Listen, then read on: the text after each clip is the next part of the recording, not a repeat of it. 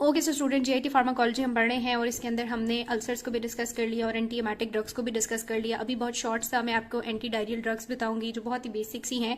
उसके बाद हम लेक्सेटिव की बात करेंगे, फिर हमारे पास लास्ट टॉपिक आ जाएगा आईबीएस, इन्फ्लेमेटरी बाउल सिंड्रोम और इन्फ्लेमेटरी बाउल डिजीज। उसके ट्रीटमेंट को पढ़ना जरा इंपॉर्टेंट है, ठीक है जी। सो एंटी डायरियल ड्रग के बारे में बात करेंगे तो डायरिया बहुत क्लिनिकली मैनिफेस्टेटेड होता है। बहुत सारे ड्रग्स के एडवर्स इफेक्ट के साथ ड्रग्स देते हैं तो पेशेंट्स को हो जाता है, या नॉर्मली भी। तो डायरिया जब होता है तो हुआ क्या है, एक तो ये आपके जीआईटी जो है उसकी मोटालिटी बहुत एनहांस हुई है। जैसी जो चीज आप खाते हो जल्दी जल्दी जल्दी स्टमक से इंटेस्टाइन से कोलोन की तरफ और बॉडी से डिफिकेशन के प्रोसेस के थ्रू एक्सक्रीट हो जाती है। तो पहली रीजन जो है वो डायरिया की क्या है, आपके पास इंक्रीज मोटालिटी है। जो स्टमक की या जीआईटी की मोटालिटी है वो बहुत ज्यादा इंक्रीज हुई हुई है। और दूसरी बात है उसमें से एब्जॉर्प्शन बहुत कम हो रही है, ठीक है।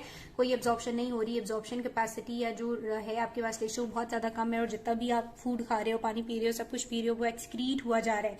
इसकी वजह से स्वेयर डिहाइड्रेशन हो सकती है और इवन की डेथ भी हो सकती है। सो इसको ट्रीट किया जाता है। और अब ट्रीटमेंट स्ट्रेटेजीज इसके लिए क्या होंगी, खुद सोचो। हमने मोटालिटी को कम करने की कोशिश करनी है, सो हमने एंटी मोटालिटिक ड्रग्स देनी है, यानी एंटी मोटालिटी देनी है, जिनको यूज करके हम जीआईटी की मोटालिटी को कम करेंगे।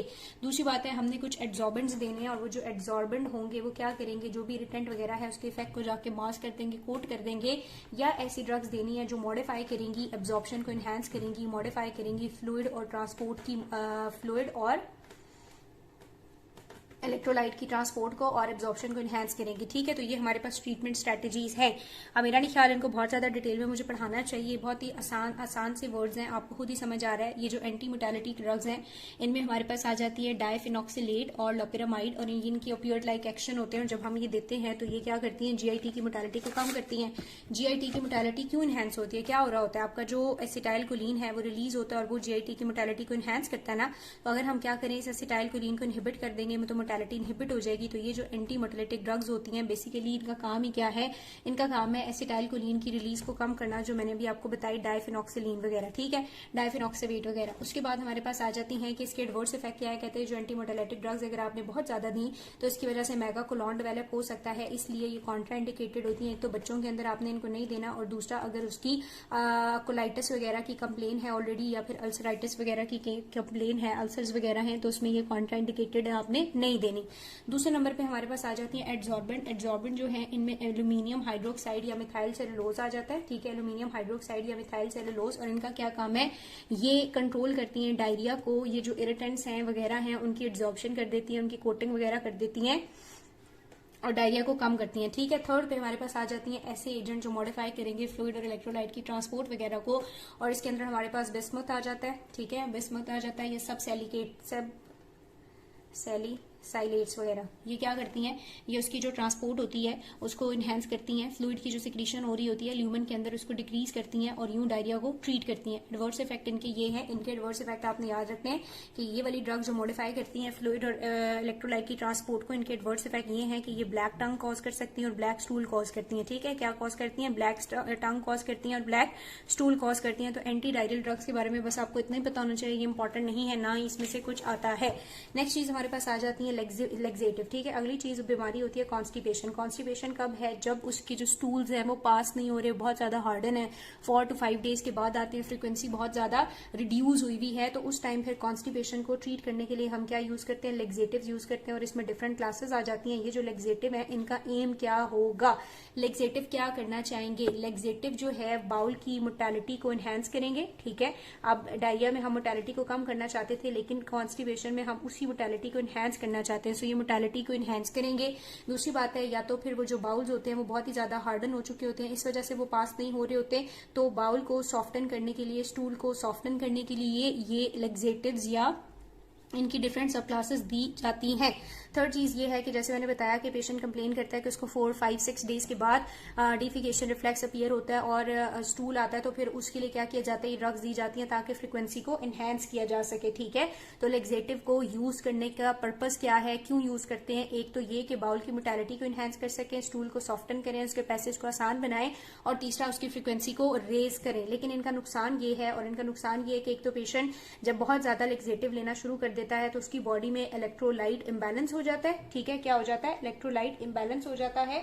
और दूसरी बात ये है इसके यूजेज की वजह से वो इसके ऊपर डिपेंड करना शुरू कर देता है, और जब वो ये छोड़ेगा तो उसका जो भी साइकिल है वो बहुत ज्यादा डिस्टर्ब हो जाता है। ठीक है, अब कहते हैं कि इसके अंदर डिफरेंट हमारे पास क्लासेस है और उन क्लासेस को हम बारी बारी पढ़ेंगे। कुछ भी नहीं है, जनरल नॉलेज आपका सारा अप्लाई होगा और इन सारी चीजों के बारे में आपने पहले से ही सुना हुआ होगा, क्योंकि इस तरह के टोटके शोटके घरों में भी अप्लाई होते रहते हैं। जैसे कि अगर किसी को बहुत ज्यादा कॉन्स्टिपेशन है तो आपने सुना होगा उसको क्या देते हैं, कैस्टर ऑयल, जैतून का तेल। ठीक है, तो इस तरह की चीजें जो है वो घरों में भी होती हैं। अच्छा, अब क्लासेस में हमारे पास कहता है सबसे पहली क्लास ये है कि हम कोई इरिटेंट देंगे। ठीक है, वो इरिटेंट होगा या स्टिमुलेटर होगा। वो इरिटेंट और स्टिमुलेटर क्या करेगा, वो जीआईटी को जाके इरिटेट करेगा। जब इरिटेट करेगा तो स्टिमुलस जो है वो जनरेट होगा और इसकी मोटेलिटी इनहेंस होगी, और जो भी चीज यहाँ पे कॉन्स्टिपेटेड है, पास नहीं करी, वो इजिली यहाँ से पास करेगी। स्टिमुलेंट भी इसको स्टिमुलेट करेगा। ये दूसरी बात ये है कि हम बल्क लेक्सेटिव यूज करते हैं। बल्क लेक्सेटिव क्या करते हैं, इनका मैकेनिज्म ऑफ एक्शन क्या है। जब हम बल्क लेक्सेटिव देते हैं ना, तो ये बल्क लेक्सेटिव क्या करते हैं, आपकी जीआईटी के अंदर ना जेल टाइप बनाते हैं। ठीक है, जब जेल टाइप बनाते हैं तो इसके इर्द गिर्द क्या आना शुरू हो जाता है, वाटर रिटेंशन करते हैं। जब वाटर रिटेंशन होती है, इंटेस्टाइन डिस्टेंड करता है और ये सारा फिर पास हो जाता है एकदम। ठीक है, वाटर के साथ, जेल के साथ, तो इजिली जो है वो यहाँ से पास हो जाता है। तीसरी बात ये है कि हम सेलाइन या ऑस्मोटिक लेक्सेटिव यूज करते हैं। सेलाइन या ऑस्मोटिक लेक्सेटिव यूज करते हैं। अब ऑक्सीलेटिव जो ऑस्मोटिक लेक्सेटिव है, ये क्या काम करते हैं, इससे पहले मैं आपको शायद याद बताना भूल गई कि कॉन्स्टिपेशन में होता ये है कि जो एब्जॉर्प्शन होती है ना बहुत ज्यादा हो जाती है। यानी ये जो इंटेस्टाइन है, इसके लेवल पे अगर ये स्टूल है और इसके साथ वाटर है, तो वाटर बहुत बहुत बहुत बहुत ज्यादा एब्जॉर्ब हो जाता है और ये बहुत ड्राई सा हो जाता है, जिसकी वजह से हार्डन हो जाता है और ये पास नहीं करता। तो कोई भी ऐसी चीज जिससे हम क्या करें, यहाँ पे वाटर को बढ़ाएं, हम क्या कर सकते हैं, कॉन्स्टिपेशन को समहाउ ट्रीट कर सकते हैं। सेम एज ये लेक्सेटिव्स करती हैं। जब हम लेक्सेटिव देते हैं और ये इंटेस्टाइन के अंदर लेक्सेटिव्स रहती हैं, तो ये लेक्सेटिव एज एन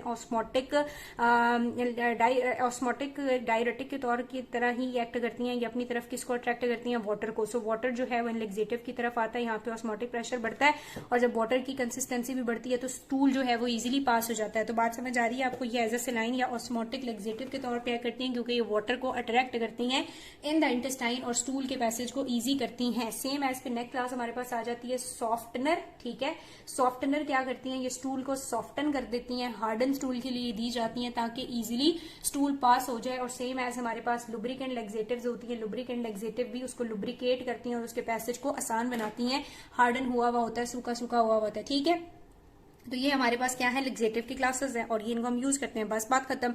क्या यूज कर सकते हैं, इरिटेंट यूज कर सकते हैं, बल्क लेक्सेटिव यूज कर सकते हैं, ऑस्मोटिक लेक्सेटिव यूज कर सकते हैं, सॉफ्टनर यूज कर सकते हैं, या लुब्रिकेंट लेक्सेटिव हम यूज कर सकते हैं। अब बारी बारी सबके बारे में बात करेंगे। कोई इतनी ज्यादा इंपॉर्टेंट बातें इनके बारे में नहीं है। ठीक है जी, जनरल टर्म से ही आपको समझ आ रही है कि इनके क्या काम होंगे। सबसे पहले हमारे पास आ जाते हैं कोई भी इरिटेंट या स्टिमुलेंट। ठीक है, ये जो इरिटेंट और स्टिमुलेंट है, इसके अंदर आपने तीन चीजें याद रखनी है। ठीक है, हम याद रखेंगे BSC से। क्या याद रखेंगे, BSC से।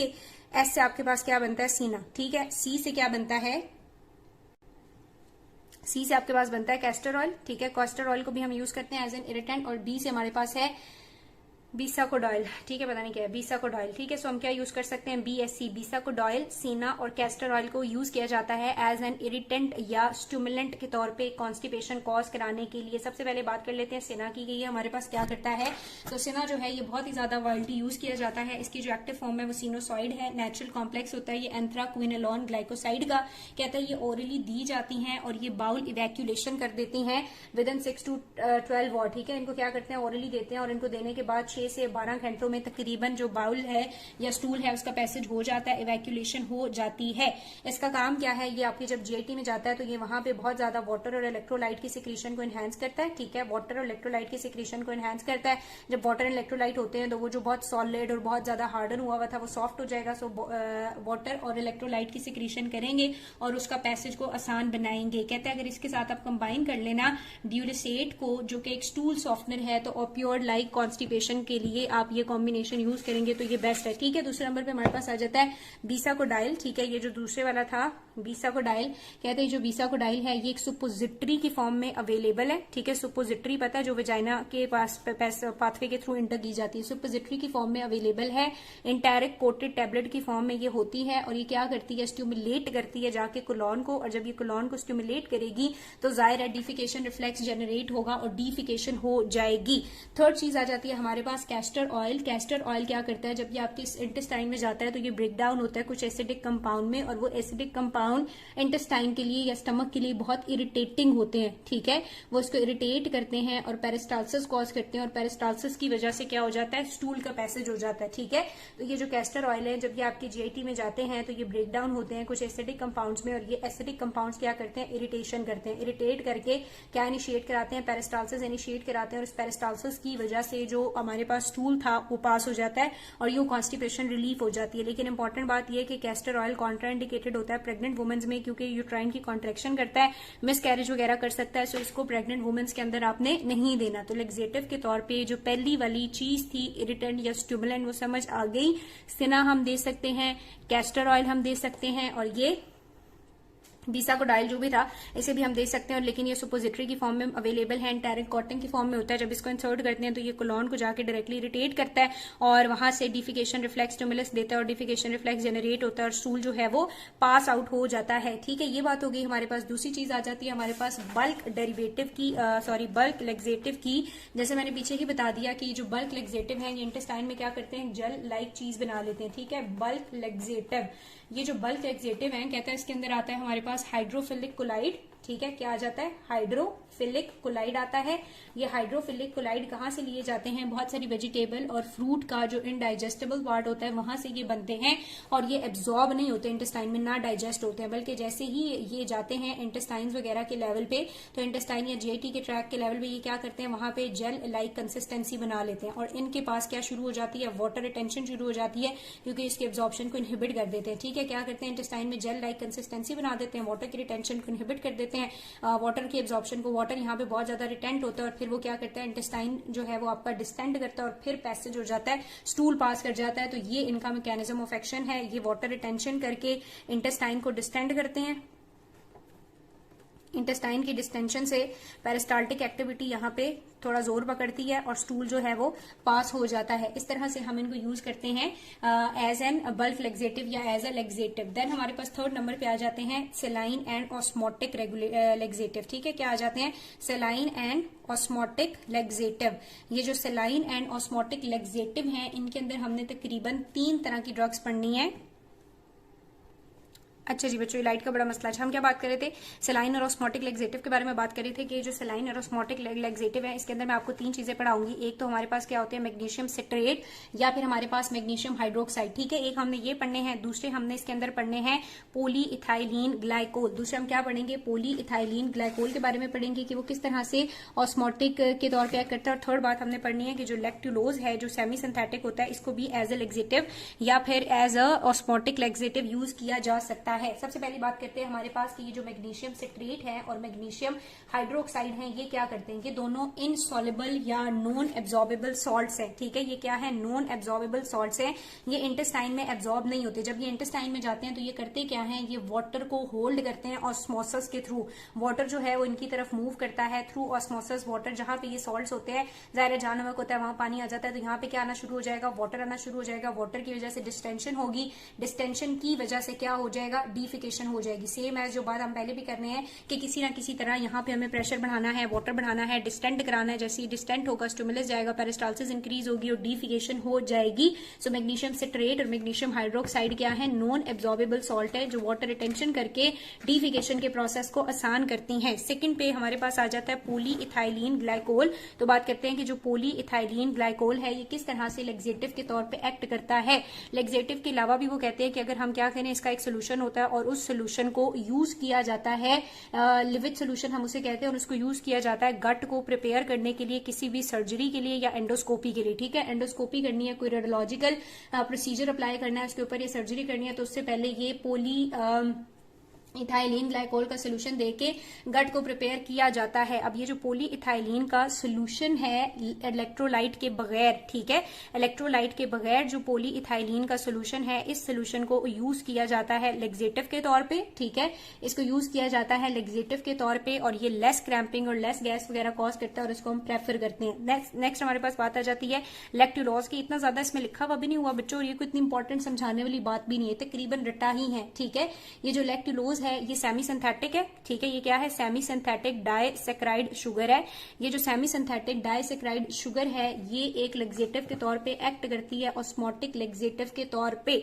जब हम इसे ओरली देते हैं तो ये जीआईटी में जाती है, ठीक है, और जीआईटी में जाने के बाद इसका ब्रेकडाउन होता है, वहां पे बैक्टीरियाज वगैरह जीआईटी के अंदर इसको क्या करते हैं, जीआईटी में जाती है और वहां पे बैक्टीरियाज वगैरह इसके ऊपर एक्ट करते हैं और इसको कन्वर्ट कर देते हैं लैक्टिक एसिड में, एसिटिक एसिड में, फॉर्मिक एसिड वगैरह में। ये जो सारे के सारे एसिड्स होते हैं ये as an osmotic diuretic act करते हैं, वाटर को अपनी तरफ अट्रैक्ट करते हैं। जब वाटर आता है तो यहाँ पे ऑस्मोटिक प्रेशर बढ़ता है, ऑस्मोटिक प्रेशर बढ़ता है तो उसकी वजह से ल्यूमन जो कोलॉन होता है वो डिस्टेंड कर जाता है, उसकी डिस्टेंशन की वजह से डीफिकेशन हो जाती है। तो ये सारे के सारे हमारे पास ऑस्मोटिक थे। ऑस्मोटिक में कौन कौन सा था, एक तो हमारे पास मैग्नीशियम और सिट्रेट थे, मैग्नीशियम हाइड्रोक्साइड था, उसके बाद पॉलीथाइलीन ग्लाइकोल था, एंड थर्ड पे हमने देख लिया कि उसके अंदर लैक्टिलोज भी इसी तरह से एक्ट करता है। लैक्टिलोज को ना सिर्फ लेक्सेटिव के तौर पे यूज करते हैं बल्कि हेपेटिक इंसेफेलोपैथी के लिए भी यूज करते हैं क्योंकि वो अमोनिया को रिड्यूस करता है। देन हमारे पास नेक्स्ट चीज आ जाती है कि सॉफ्टनर, स्टूल सॉफ्टनर भी हम यूज कर सकते हैं, ठीक है। स्टूल सॉफ्टनर से भी आपको बात समझ आ रही है, ये ऐसी ड्रग्स होंगी या ऐसे एजेंट्स हैं जिन्होंने जाना है और स्टूल को सॉफ्टन कर देना है। तो कहता है ये सरफेस एक्टिव कंपाउंड्स होते हैं जो कि स्टूल के साथ रिएक्ट करते हैं, उसकी सरफेस पे इमल्सिफिकेशन का प्रोसेस करते हैं, उसको सॉफ्टन कर देते हैं और जब वो सॉफ्टन होता है तो उसका पैसेज जो है वो बहुत ही ज्यादा इंक्रीज हो जाता है। इसके अंदर कौन सी आती है, ड्यूलिसेट सोडियम और ड्यूलिसेट जो है वो कैल्शियम वगैरह ड्रग्स जो है वो इसके अंदर आ जाती है, ठीक है। और लेकिन इनको काम करने के लिए काफी ज्यादा दिन लगते हैं। आपने इनको मिनरल ऑयल के साथ बिल्कुल भी नहीं देना क्योंकि ये ऑयल की एब्जॉर्प्शन कॉज कराएंगी जो कि अच्छा नहीं है। देन हमारे पास आखिरी चीज आ जाती है लुब्रिकेंट लेक्सेटिव। ये जो लुब्रिकेंट लेक्सेटिव है इनमें हमारे पास आ जाता है मिनरल ऑयल आ जाता है या ग्लाइसरीन आता है। जाहिर है ये क्या करेंगी, जाके लुब्रिकेशन प्रोवाइड करेंगी, फैसिलिटेट करेंगी हार्ड स्टूल के पैसेज को और यूं स्टूल जो है वो पास हो जाएगा। ये अपराइट पोजीशन में लेना है आपने, इसके लिए ये प्रिकॉशनरी मेजर है। फाइनल उन्होंने क्लोराइड चैनल एक्टिवेटर लिखे हुए हैं लिपिन के अंदर, और ये जो क्लोराइड चैनल एक्टिवेटर हैं इनमें लुब्रिप्रिस्टोन वगैरह ड्रग्स आ जाती हैं जो एक्टिवेट करती हैं क्लोराइड चैनल्स को और फूड की या फ्लूइड की जो सिक्रीशन है इंटेस्टाइनल ल्यूमन की तरफ बढ़ाती हैं। जितना वहां पे फ्लूइड आएगा ऑब्वियस सी बात है उतना उसका पैसेज आसान हो जाएगा। तो ये बस इतनी सी बात थी हमारे पास किसकी, लेक्सेटिव की।